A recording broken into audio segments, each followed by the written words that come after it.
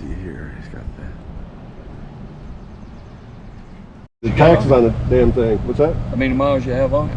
A little less than 200 right now, and I've had it for about 2 or 3 weeks. Well, finally you got a great day to ride and get it out. Yeah, I didn't want to ride it wet. Plus, like I said, I got to pay the taxes on it. Roger was supposed to get one, the guy that sold me this and that 3-wheeler, and the other guy over there, he was supposed to get the other one. The red one's there, but I don't know if whoever bought it didn't want it or didn't come, you know. Well, that Chief head's really well done. Yeah, that's one thing I really like about this motorcycle.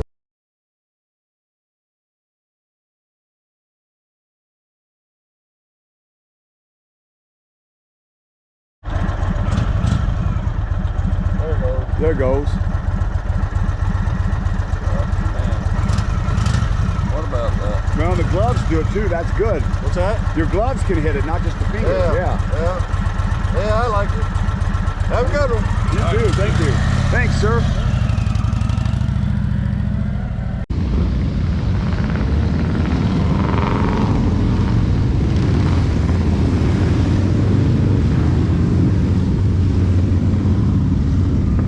All right, hello everyone. It's Haunchy Ken Herforth. I'm here with our favorite Soaky, Bobby Briggs. and this time we're together. We're not separated by a good 1,000 miles or so. So Yeah. we are up here in the Ozark Mountains in the Arkansas Grand Canyon. Who would have thought? Who would have thought? Yeah. That's right. And Didn't know Arkansas had such a thing, but here we are. here we are, and it's been a gorgeous day. As Soaky was just saying, we couldn't have asked for a better day for riding and riding. And so we thought we'd do our podcast in person. We have a martial art event going on. It started this last late Tuesday, and it will go all the way until, well, this Friday. Yeah. Yeah. Yeah. Hopefully it'll be done earlier, because then we can take the guys out that we're training and have some fun. But if not, well, the standards don't change, so they got a lot of work ahead of them if they want to get done a little early. But we're here, and so this theme for this one is motorcycles, martial arts, and the military, because, well, we have 3 things in common. Well, really 4. We got Jesus. Yeah. Actually, we got marriage. We're both married. And then we have motorcycles, martial arts, and the military.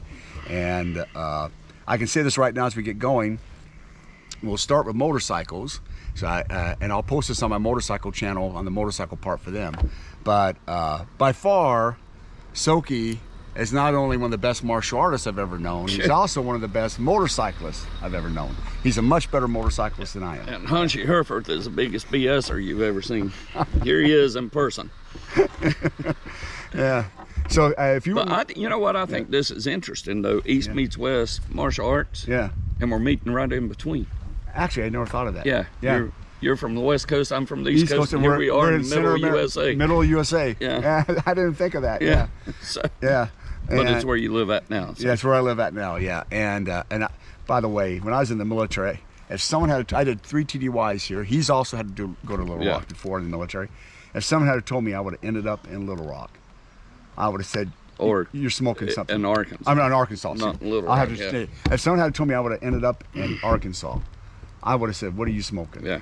There's no way Actually, in the somebody told me that I was coming back to Arkansas after my last trip to Arkansas. I'd been like, "You're smoking crack." Crack, yeah. I have no desire to go back to Arkansas, but this is actually a beautiful part of the state. Yeah, yeah. In the It is. Ozark Mountains. Yeah, Yeah. you know that my wife found this and wanted me to retire completely, not just military, but life. She found it here, found that we could easily make it happen financially with, you know, both her and I pensions, our investments, as well as savings, and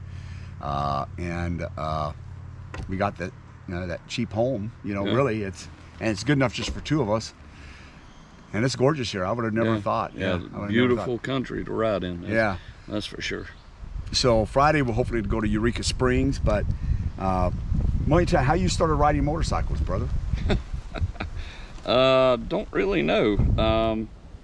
As a kid, you know, raised on a farm in western North Carolina, we had horses, and I started out on a small mini bike that had like a lawnmower engine on it, and you pulled it and cranked it up, and it had the centrifugal clutch in it, you know, like a lawnmower has in it. Yeah. And just gun it and go. So it went from mini bikes to, actually, I don't know if have you ever heard of a tote goat?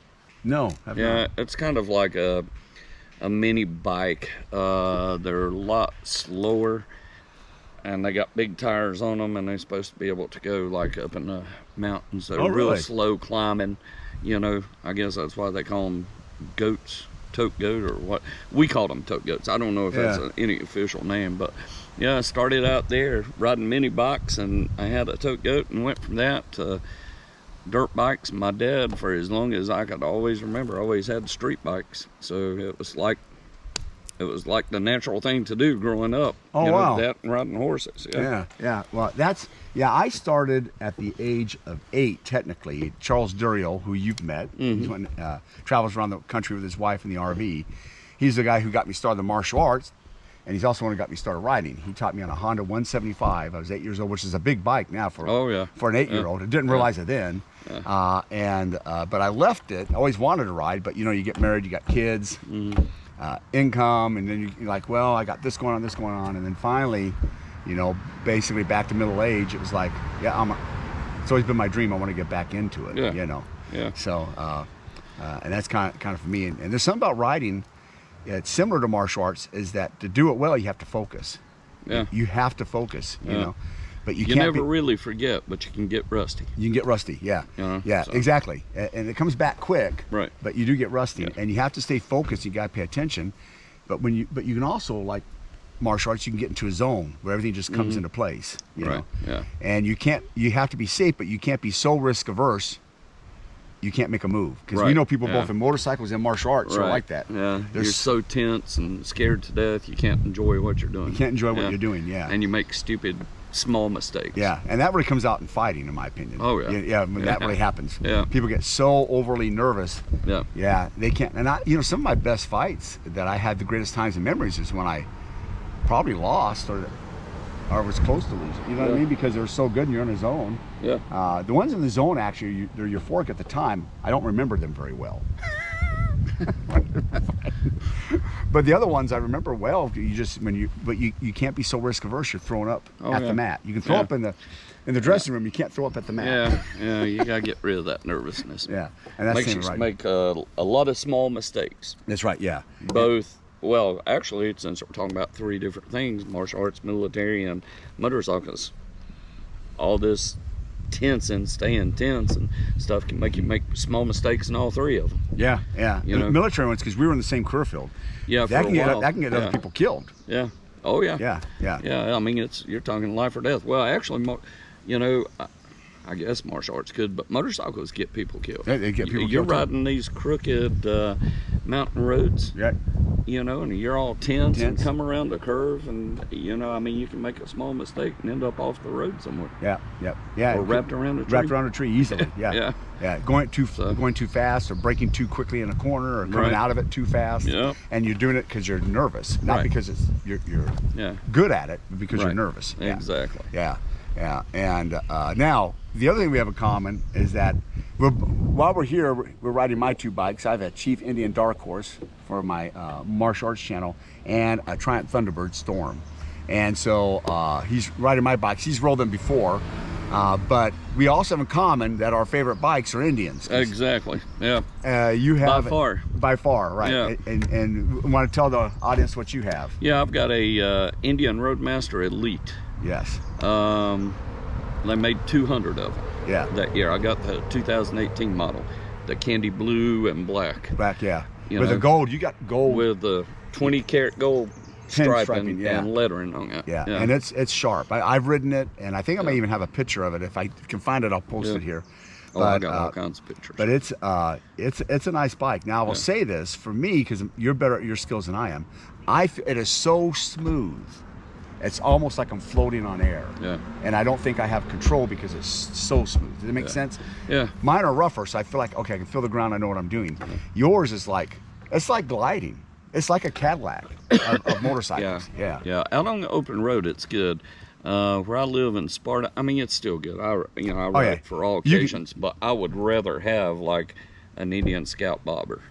You know, or even the Dark Horse is so much lighter than my Roadmaster is. Your Roadmaster. Or your Triumph is so much lighter, but I would rather have like a smaller bike, preferably. A Scout. Scout, If I had to get a smaller bike, it would probably either be a Chief or a Scout. Yeah, I miss my Scout. Yeah. I wish I still had it. Yeah, it's a great, as you called it, that day you were visiting me in Texas when I still had it. It's a great hopper. Yeah, town hopper. Yeah, it really is. Yeah, and it's good. It would be good for these like winding areas. Man, it'd be a great bike for this. It's great for it's great for that. But out on the open road, as heavy as my Roadmaster is, that's a nice bike to have because traffic does not upset the bike at all. At all, no. You know. And what is it, about 1,000 pounds? I think the dry weight on it is 987. No gas, no oil, nothing in the bags. But you know, obviously, it's never like that. But you know how they give the dry weight when you buy something. I think it was 987. Yeah, or so something like that. wet and with luggage. Yeah, you're close to it. Every time I ride it, I'm probably pushing 1,050 pounds, 1,100 pounds at least every time I'm riding. But you know, you don't feel it. Once you get going on that bike, you don't feel it. No, it's real stable. It doesn't feel that heavy. And but it's if you're going, I noticed when I did it, I was backing it up. He had an injury, and I was backing it up. Thank God, I felt so bad. Thank God you had backing it in my garage. Thank God you had those highway bars on it, because all of a sudden my knee buckled. I have a partial ACL tear in my left knee, and sometimes it buckles, and it buckled at the wrong time. And I laid it over, but it didn't fall hard because of those highway bars. Just basically laid over on the highway bar. I don't think it even scratched the highway bar, because the inside of the garage is, well, it's concrete floor, and it had the highway bar, and it was just like slow motion. But my leg wouldn't buckle, and I couldn't force it up. It was so heavy, I couldn't force it up. My As a matter of fact, if I'm not mistaken, I think when it started going that way, and you started trying to hold it up, you're like, oh shit, oh shit, oh shit. And I tried to hold it, and of course, you know, I just had surgery and I couldn't hold it up, and I was like, oh, let's let it go. Just go easy, but let's let it go. After it goes, we'll pick it up. We'll pick it up, yeah. We got it back up, and there's no damage to it. And I was saying, he was so generous, he's like, Ken, it's okay, it happens. Yeah. And I was like, but I felt horrible, because it's about almost $50,000 bike. Yeah. So I felt pretty bad about it, but we were, we had just put the battery in, and I was test riding, because you couldn't ride it. You couldn't ride it because of the surgery you had. Yeah. So I was test riding after and I'll be honest though, putting a battery in it is a bear. Oh my God. There's other words I like to say, but I'll try to refrain. You can change engine in a car quicker than you can put a battery in. Well, at least, and I don't know if all Indians are like this, but you could probably change an engine in a car quicker than you can change the battery in my Roadmaster. Because you have to tear the whole back end of it up to get to the battery. I think it was probably an hour just to get to that battery. At least, yeah. It was, and then unhook everything that was to it. And the battery's down in a compartment, and you're trying to get your fingers in there, and it was just. No, that's why I take it to the Indian dealership now. I do with my Indian. It's you guys do. You do it. Yeah. Now my Triumph, it's 10 minutes. Yeah. I just put a new battery in it. Yeah. Seat off. Yeah. I went out, put a new one in. We're good. Yeah. And but that one is like. Well, the Vulcan that I had was fairly easy. You pop the seat off, and it's right there, and you pull it out. And put it in. Yeah. Put another one in there, and pop the seat back on, and you're good to go. I really think that no matter, and I love Indians, but no matter the motorcycle, the battery, which is one of those essential things that you can get stuck anywhere, needs to be easy to get to. Oh, I agree. It's you know, I mean, and that's one thing. You know, you get people who have fun engineers. They're having fun designing. Right. Think about your customer. Because that battery may not start. Well, we could go back now. They wouldn't start here. Oh yeah. I need to get a battery here and put it in and go. I don't need to be on the side of the road for an hour. Or if it's dead and you need to jump it off, you have to tear half the motorcycle apart just to get to jump it. Just to jump it. Yeah. It's just that's one thing. I remember that. I was like, gee, many Christmas trees. Yeah, that was a bear. Yeah, and stuff. But you really are. I mean, we've ridden many times over the years. We've been in, a couple times in the Blue Ridge Parkway together, which is just gorgeous area, just absolutely gorgeous. And all through the Smoky Mountains. All through the Smoky Mountains, and stayed in Maggie's Valley in Cherokee. And then Texas, we've done that a couple times. The mountain area down there. What do they call that? The Twisted Sisters area. Yeah, and then, the Hill Country. Hill Country in Texas. Yeah. I took you through there. And now we're doing the Grand Canyon. Now we're doing the Arkansas version. The Arkansas version of the Grand Canyon. But I will tell you, it is gorgeous here. It is. I would have never thunk it until somebody told me. Yeah. Very pleasantly surprised how beautiful it is here. Yeah, it is amazing. Would have never thought it. No. I'm like, Arkansas has pretty places, but although I'll be honest with you, and I came through a lot of it when I came out to visit you. at nighttime. Yeah. Because when I crossed into the way that I came, when I crossed in Missouri, it was nighttime, and then definitely, obviously, it was still night when I come down to Arkansas. But I woke up the next morning, and I'd already made it to Mountain Home. And I was looking around, and Mountain Home's a nice town. Yeah. It's a really nice town, and you come through Cherokee Village. Yep, to Cherokee get Village. here, which was nice. Hopefully, we'll be able to go back out. Yeah, we'll to go that. back to see that. Yep. Gassville, you know, I mean, I don't know all these small towns. Yeah. You do, you live I'm here. learning them. Yeah. But my gosh, it has some really nice riding places. Yeah, it's got some really nice riding. Mountain View, Yeah. Calico Rock. They got Norfolk. Rivers. Yeah, there's some places so what we got, we have training in the morning and then training in late afternoon, early evening. And so after we get them going, we're going to go hit some more riding. Yeah. And but this one we needed the whole day because this is a lot further from where I live. And Yeah, I'll take you how to far some from of the your house. Probably couple 2.5 hours, 3 hours. Yeah, 2.5, 3 hours, something like that. Yeah,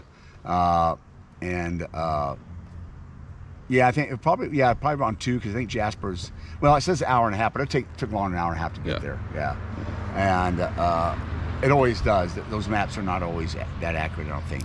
But it's absolutely gorgeous, and but you've ridden all over. Everything from Tell the Dragon, Blue Ridge Parkway, Twisted Sisters. I mean, you've been all over riding the country. Yeah. What do you think is your favorite ride so far? Well, honestly, I'm biased. Yeah. I would have to say my favorite ride is riding Blue Ridge Parkway. Blue Ridge Parkway. Yeah. There's just, and I live right off the Blue Ridge Parkway now. I grew up off the Blue Ridge Parkway, a different section of it Yeah. than where I live at now. But I don't know, man. I've rode in some beautiful places, and this being one of them. But I think my favorite overall place has got to be the Blue Ridge Parkway. Yeah. I need to come there, like I told you, in the fall and ride it. Yeah. And I've been there in the summer. We've ridden it twice. I've been there in We the rode it one time in the rain. in Well, the rainstorm. fog too. Remember Fog. that? Well, yeah, and that one I got a video on my motorcycle Holy channel. crap! That I think fog. we were doing like 10 miles an hour trying Yeah. to get through fog, and I was leading. I couldn't even see you. Yeah, I was leading, hoping I wouldn't rear end somebody because the fog was so thick. Yep. And it came upon us that quick, and we had no place Yeah. to pull over, so we had to go until we Yep. come upon a place to pull over. And you were behind me. I couldn't see what was in front. I felt like a pilot flying a jet through the clouds. I couldn't see in front of me. I couldn't see you behind me. I'm like, God, please let us find a place to pull over. I can probably download that footage from the YouTube. I still have some of that. Yeah. And he's not kidding. And I'll have to find that and put it up here to show people because my camera can't even see you. And no joke, the camera doesn't do justice to it. Oh, no. But No. you are no more than maybe 20 meters ahead of me. If and that. can't be seen. Yeah. Can't be seen. Yeah. Yeah. And I eventually came up behind a car. I guess that was also looking for a place to pull over, because we came up on this heavy fog because it was raining before that. Right. Not hard, but I mean, it was a steady rain, so we were going right through the rain, trying to get where we were going, and came up on this really, really thick fog. And you can't just stop. And the Blue Ridge Parkway, you can't just pull over because there is no place There's to no pull place to over. pull over. No. So you had to go until you had a overlook place where you pull over. And I'm telling you, man, I knew there were a car in front of me, but it was the weirdest feeling. I knew it was there, but I couldn't see it. And then and what was so weird, there's so many overlook places, but we didn't have one at that part. No. That's right past Mount Yep. Mitchell, if I remember right. And finally, we got to a place where finally the fog was gone. Yeah. And it was sunny again before we got into Cherokee Cherokee, Village. yeah. Cherokee, yeah. Yeah. And it was just like, what in the heck just happened? Yeah. We started in sunny weather. Sunny weather, yep. Because And then we got cloudy. drove from Charlotte, my house down in Charlotte, Yep. to Spruce Pine. Yep. Spent the night in the hotel at Spruce Pine, got up and got on the parkway in Spruce Pine that morning, and it was bright, clear, Bright, clear, sunny, yeah. And gorgeous day. as soon as we passed Mount Mitchell, we started hitting rain Yeah. and then the fog. And then by the time we got in Cherokee that afternoon to get a hotel to stay in Cherokee, it was bright and sunny. Bright and sunny again, yeah. I mean, we Amazing. literally went through well, and the all other kinds of weather. And the other time we had great weather except when we went back. It Yeah. started off okay, but then just Yeah. poured on us. Yeah. I mean, just poured. And again, I couldn't see you. You know, it's just that rain was so heavy. We finally found a couple places to stop off, and then we stopped off. Oh, it's done. Get started again. Yeah. Hit us again. You know. 2 miles down Yeah. the road, we're running into small. The only good thing about that one is our wives are driving behind us, so we didn't have to worry about a car Yeah. coming up too quick to ram us. Yeah. Because on a motorcycle, you just That can't was go the as fast as second a car. time we rode that parkway. Yeah, that was the second First time we were alone. Alone, yeah. Well, Yeah. that was my biggest worry, is either I'd hit you or somebody would come upon me Yeah. and hit me. You know, you don't know them, and you don't know what they're capable of and what they're not capable of, and how reckless of a driver they are or how safe a driver they are. So Yeah. I'm always worried. And you know, clear day like this, I got it. You know, you can look and review your side mirrors just the same way as you do a car. But whenever it's raining or snowing or foggy or some kind of inclement weather like that, Right. man, I'm always scanning my mirrors, making sure Always. somebody don't come up behind me, whether I'm in a car or on a motorcycle. Also, yeah. Make sure somebody don't come up behind me and rear end.